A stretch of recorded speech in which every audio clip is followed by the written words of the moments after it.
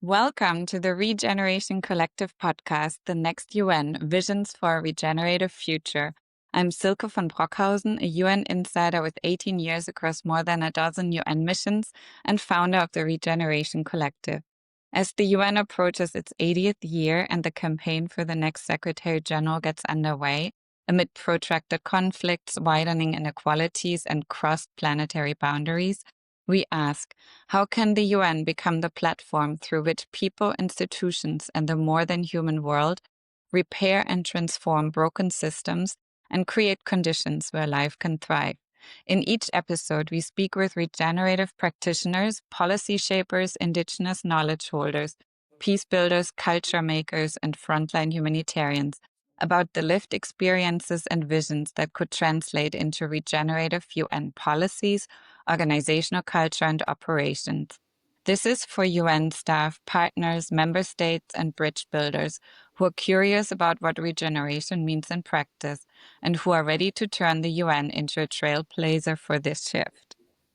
And for today's podcast, I'm truly honored to welcome Mansi Jasuja. Mansi is a facilitator, artist, sense maker, and former architect who brings 2 decades of UN, EU, and city-level experience in urban environmental management, water, sanitation, low-income housing, and climate adaptation into the heart of participatory leadership. Born in India and based in the Netherlands, Mansi reoriented her career in 2008 from the conveyor belt of success toward art of hosting and harvesting practices, gender empowerment, and regenerative systems work. She designs and hosts conversations where people arrive as whole humans beyond roles to listen deeply, surface patterns, and co-create action. Weaving her Sikh roots of seva, service, a yoga embodiment practice, and a vibrant artistic lens, Mansi helps teams move from urgency and silos to coherence, courage, and collaboration. Her summits, trainings, and field processes have supported public institutions, UN programs, municipalities, NGOs, and community initiatives navigating change and crisis, whether guiding leaders through complexity or holding space with disaster-affected communities. She brings presence, humor, color, and a fierce commitment to justice, equity, and life-affirming outcomes. Mansi, I'm so happy to have you here. Oh, thank you so much. I didn't realize that a small paragraph when read out can take so much time. I know, but you needed a full introduction, and it's only scratching the surface of your wonderful being. And we will hear more about that throughout the conversation. But let's start with the first question that I ask all my guests. What does regeneration mean to you, and why does it matter right now? Yes, thank you for this great question to begin with. What regeneration means to me is very much a rebirth and getting back to the essence and soul of what is. And why does it matter now? I think maybe more generations like us have been at this kind of point, but I certainly feel we are at this precipice of really dangerous moment of time where we really need to make some serious choices. And it's at the edge of collapse. I think regeneration is really critical. And we really need, as humanity, to ask ourselves, who are we and who do we want to be? And do we even want to still be here in the coming period? And so, yes, we need to regenerate somehow. Beautiful, who we are, and if we still want to be here or maybe on Mars. And if we want to be here, how do we want to live? And we do all have agency. And I think that's what keeps me so surprised is that apathy and the lack of activism I see around me. And I hope that we can instill some encouragement or inspiration to start, yeah, being and living the future we want to see, right? And for our listeners as background, I actually met you last year at a training for art of hosting, and I was so blown away by your presence, your creativity, your embodiment of beauty, grace, joy, delight, and participatory leadership. And that's why, yeah, I want to hear more from you about this art of hosting. Can you describe it to listeners what this is about? And maybe also how hosting is different from other kind of facilitation work that we might be doing? Yeah, thank you. I think my favorite way of describing what the art of hosting really is, it's the art of being human. And when we sort of look at dissect these words, first of all, it's an art. There's no one way of being human.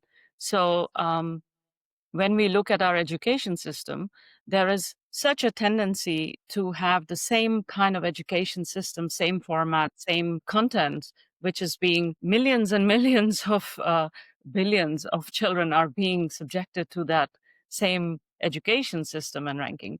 But really, there's no one way of being and one way of Mm. existing and one way of contributing to the world. So the art of hosting and harvesting conversations that matter is really about how do we use the collective intelligence and the gifts that we all have, which are different. And when we come together, what is something new that can be created which was not there before? So it's instead of a controlled hierarchical where we already know the answers and the futures, what are we really sensing and what are we co-creating? So at the heart of it, I call it then the art of being human because we seem to have forgotten as part of our colonial baggage. What does it mean to be this diverse, vibrant species that we can be? And how do we come back to, our essence again? So, I mean, this is maybe not the best way of describing it, but, this is my I favorite. love it. No, because you're describing the experience I'm having using these tools and practices now in my work facilitating retreats for UN country teams or other teams. I realized we're so used to just be in our rational, linear, reductionist mindset when we work in hierarchies and bureaucracies like an international organization that the UN is. And then suddenly you open up the space and a whole day where people can be themselves and where they can be creative, where they are all back to being human, where they can connect and build relationships and trust with each other. You suddenly get completely different conversations than when they're done out of the usual standard way of representing your team or your agency or something and where you're not authentic. So I love that. Maybe, yeah, you want to say something. No, I was just picking from the things you said. Mhm. That is actually also the difference between facilitation and hosting that you asked. Mhm. Facilitation is or can be quite a linear process, which is more control, getting us from here to there. And Mhm. hosting is very much around relationship, around sense making, around connection to the fact that we are actually interconnected. So it's more systemic in that way. So the what is special about the art of hosting is that instead of maybe other facilitation practices, it's centered and it's really rooted in the living systems worldview which sees the world as an interconnected way of being and interrelational way of being. And that's Mhm. so you could use the same tools and methods in other places, like World Cafe or open space technology or whatever. But if you do it with the art of hosting way, you're really checking in with where does this belong in that bigger space? What is the purpose? Why are we doing it? What came before this? What's going to come after? What's to the Mhm. next or above it? So it's a lot more expansionistic in that way. I don't know. Is that a word? Yeah, but even beyond specific events where you facilitate a retreat or host a conversation, I feel the philosophy behind art of hosting, it gives us all the tools to be better leaders in for ourselves, but also in our families, communities, and also teams beyond a specific workshop or whatever. It really transmits these participatory leadership skills that I feel we urgently need in order to address the complexities we are in. Do you mind describing more what such a leadership culture could look like in an organization like the UN? Let me start with my first day at the UN. I was a 20 something year old intern who left India to do an internship at the UN SCAP in Thailand. And on my first day, my boss took me out for lunch to part of the onboarding process. And he said to me something very interesting. He said, Mansi, you need to make a choice. There are two types of people in the UN. You can either baffle them with bullshit or dazzle them with brilliance. Which one do you want? And then he went on to say that, 90 plus or whatever percentage were in the former category. And I was a very impressionable 20-year-old. And I just thought, well, I'm definitely going to be in the dazzle them with the brilliance part, right? So, and then I went on over my time at the UN to see the different kinds of leadership. And this is not about bashing the UN kind of leadership, but I needed something else. I missed something fundamental in the leaders I was seeing around me, not just in the UN, but in any of this bigger corporate or international organizational world. I was looking for role models, which were a kind of leader I had never read about or described, but felt I needed to see that leadership, and I didn't see it. And I think I've come to realize in my journey that it's a very heart-centered leadership. It's very seva-centered. Seva is a Hindi word for service. It's not about you, but it's about how are we related to each other? How are we in service of the children who are still to be born and taking the wisdom of the ones who were before us? It's a multi-layered thing. You can never really put it in words, of course, but it is a leadership where we model the words that we speak, uh, where we uh, where we are something more than just that one human. I don't know. We're And connected to the web of life. yeah, Yeah.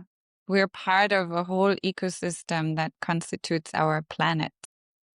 I can't even describe it alone. I need more people to describe what that kind of leadership is. And so thank you for adding. Yeah, but it's true. No person can do that. There's no also one way of being a leader. But I mean, if I really must choose, I would say grandmothers should be leaders. I mean, if I really make a choice.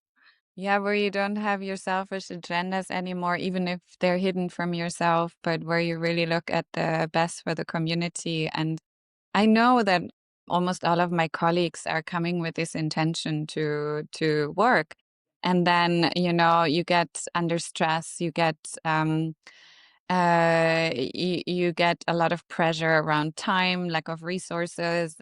You feel unsafe in your position, and maybe this makes you just adapt to this hierarchy and this bureaucracy, and really allowing people to be themselves again, creating spaces where it's welcome to be emotional, to be slower, to breathe, to especially, I think, personally for me, calm your nervous system Hmm. is so important to actually then make better decisions for the whole instead of always being in the go and get modus. I don't know how to describe it better, but you know what I mean.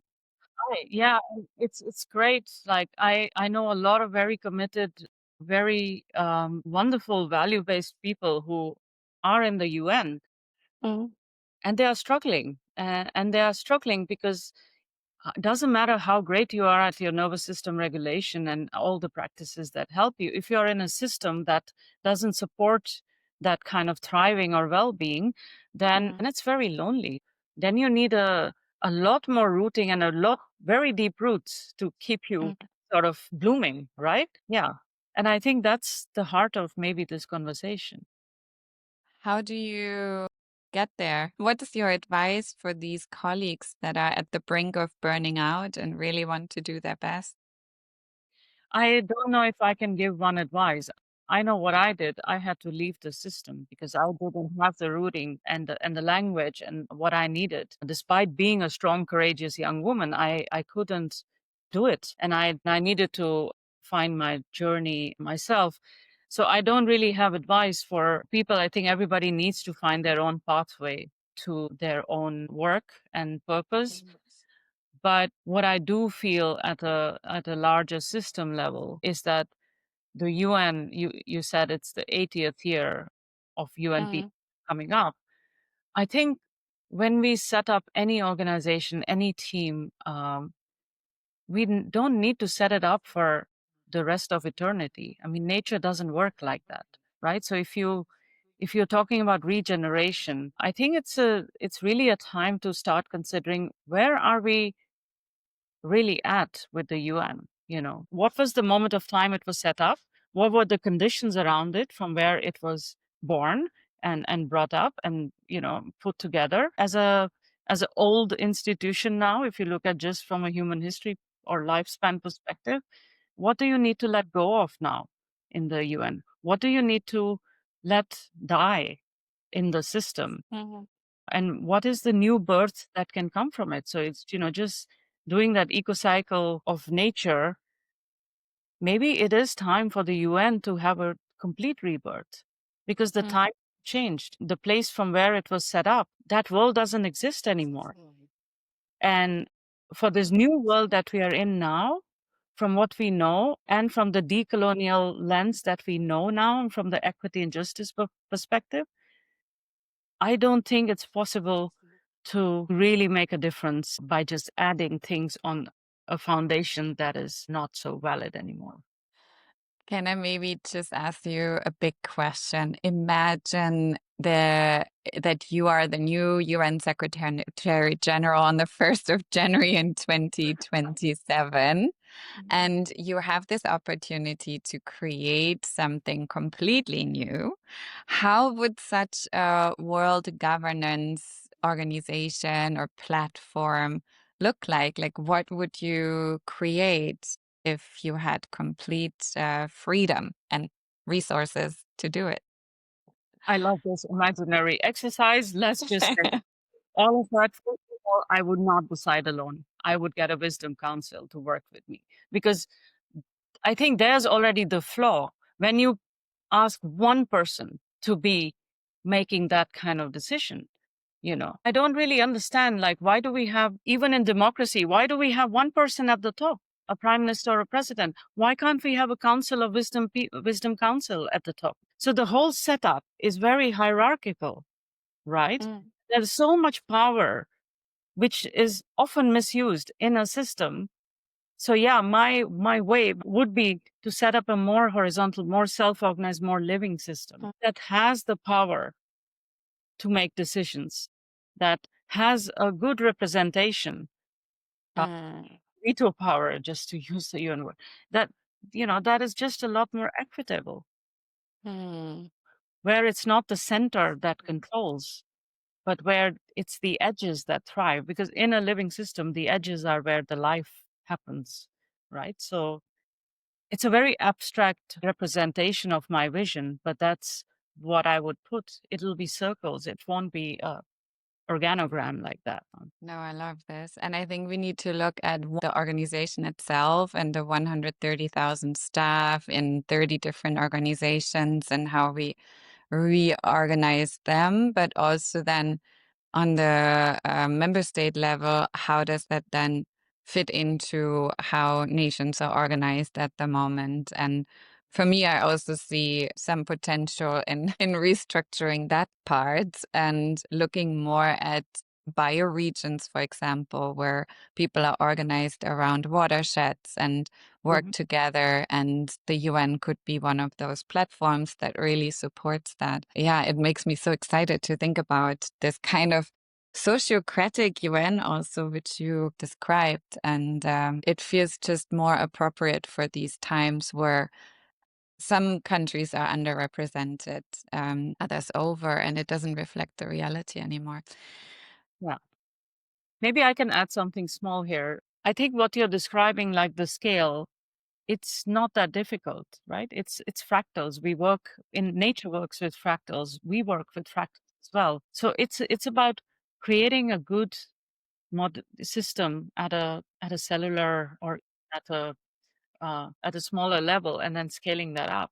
Just the patterns of nature are so wise, and they have been developed over millennia. Yeah, and one of the most beautiful things I learned last week was the presence in the human body of this discovery called Interstitium, which has always been there.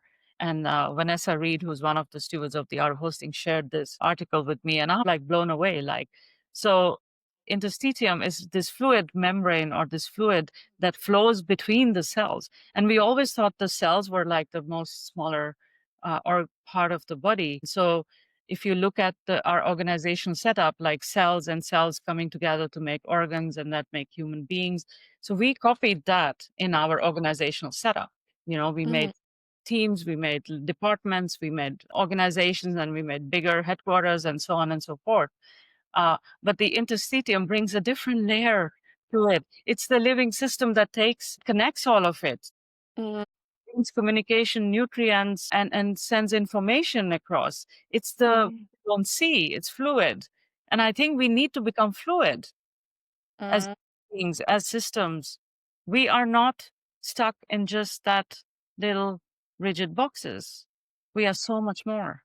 Sorry, it was a little. No, this is brilliant. And it's exactly what I fear what's missing, this flow and connection and understanding that there is a bigger web around us that we are also part of. And I think you have described the essence of regenerative leadership, which means just to remove all the obstacles in the way to understanding that we are nature and that nature has an automated a system inside that always grows and there's always new life coming. And if we just let nature logic happen inside of us and our teams, we would get to a much more healthy way of living on this planet, in my view. And I hope that leaders are going to understand that better and not look at command and control anymore, but more like allowing real life authenticity, integrity thrive. That's beautiful. But coming back to something more practical, one of the biggest tasks the UN had in the past is really to build up countries after conflict or war or natural disasters. I feel like from your background around ADAF hosting and everything you know about participatory leadership and consultations, what would be a participatory way of really working with local communities on rebuilding their own places, their own localities? It's a great question. And I just feel in my body just sensing into what happens. I have been also in the epicenter of genocide when I was very young, but let's not talk about that. But coming to that practical thing, I think quite often what happens is that we jump into action and we jump into rebuilding in a very practical, tangible sense of that, as if we can alter the physical reality, that things will be okay. And and I think that's where the art of hosting and the way we approach things is really beautiful, because I think after a conflict, of course, there's a lot of trauma, and trauma needs time to be healed, and it might not be fully healed, but we need to begin from that trauma, not just only of the humans, but also of the non-human beings, of the land itself. So I think a great way to begin is by listening to stories. It's by just pausing. And yes, I understand with the disaster thing, we do need to house, clothe, feed everyone, but it shouldn't come at a cost of not giving the voice to the stories that need to be told and shared, and create that community before we move on, and let the community decide how to move onwards. It is the people of the land who need to be the decision makers of that regeneration. They need to drive it. And everybody else needs to be just supportive and just get out of the way. Mm. Yeah, and we don't see ourselves as those saviors coming from Absolutely. outside, but rather how can we help? How can we support your vision?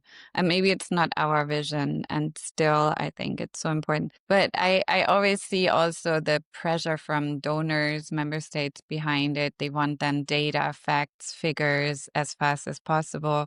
I think that has to change as well, that we look more at these stories you suggested and let them tell their stories directly instead of us creating spreadsheets and systems that only capture a fraction of what has happened, because it's also about trust building, relationship building, and trauma response as well, as you mentioned. Yeah, and also vision building, right? Also helping, giving them the space to create that vision of how do you want to go from this point onwards, and then looking back at the vision, what do we need to do? What are the steps we need to do to make that Mm, vision come true? So it's a slower process than we are used to, but it's a mm. much deeper, more rooted, and a lot more sustainable option eventually. And in this context, it's a bit difficult to talk about it. But before we started recording, you just also talked about how much delight and joy and beauty is important in providing a counter image for all the crises we are seeing. How does that fit into an organizational culture? How could that look like? Do you have any ideas in your head? Well, it would certainly look like you, Oh, and bringing in so much joy and beauty and radiance into any space that you walk in. But really, it's practicing us. So it brings us back to being fully human, right? A lot of these mm, organizations are set up to only bring a part of us inside those walls. It's usually, mm, and anything else is blocked. Why are we mm, all dressed the same way? Why are we all, there's a certain professional code which has been imposed, which is a very mm, colonial heritage, right? And also the whole bring only your head, and your culture, your religion, your heart, your practices, your other practices are not welcome. So mm, I think for me this has always been a rebellious act to this way of being, where I would wear a lot of color. I would connect to my heritage, and I would show up as this Indian, whatever, warrior, Sikh warrior in a space. And it's quite hard, but I think something about practicing it that just, it's so glorious. And I mm, really, really believe that joy, practicing art, practicing, big love is the only way forward. You know, mm. it's the biggest rebellion there is, you know, This is and rest, so. and also regenerating the whole essence of, the fact that we don't have to go on and on and on. Like, you know, 24 hours of joy, getting joy is also too much. And you cannot control that either. You cannot command people to be joyful. You have to set the conditions for joy and not forget it. And I feel also, our best potential comes out when we are joyful and when we're doing things connected to a purpose that makes our heart sing. And for me personally, that's the only kind of work I want to do, where I really feel the most myself and that I'm on the right path and that I make a difference and that I'm actually having fun also doing it Yeah. and conveying that to colleagues I've tried in the past. And you sense how much people can connect with that and how much they need it. And also the colors.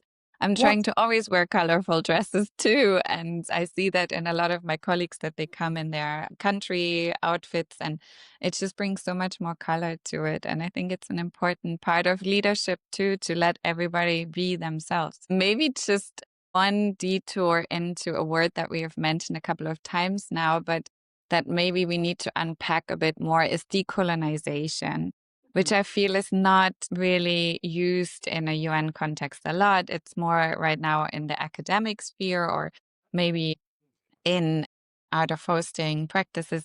But what do we mean by this and how does it show up in organizations like the UN? Yeah. I mean, you love asking big questions, and I love that you do that. And to be honest, it's a lot in the sphere of what we were already talking about. Uh, Yeah.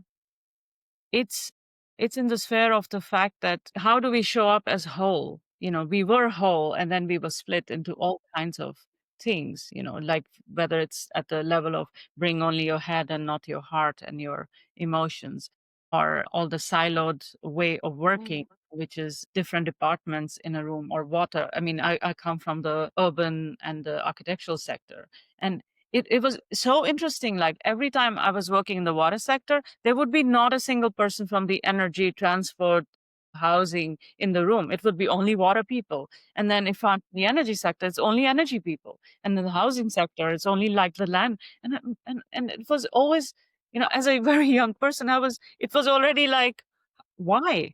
You know? So decolonization is all of that. It's like, how do we come whole again, go back to the wisdom that we used to have, that indigenous wisdom, that local, the bioregional wisdom, Mm, and uh, how do we shift the organizations from that very linear setup, box setup that we had, where mm, all of us is welcome. Not just even only the joy, it's also the grief. You know, it's it's a place where we can show up as we feel. Like I joke that we should abolish KPIs and we should replace them with things like CPIs and LPIs, which is the crying performance indicators or the laughing performance indicators. You know, really, how much do uh, people laugh in your team? love that.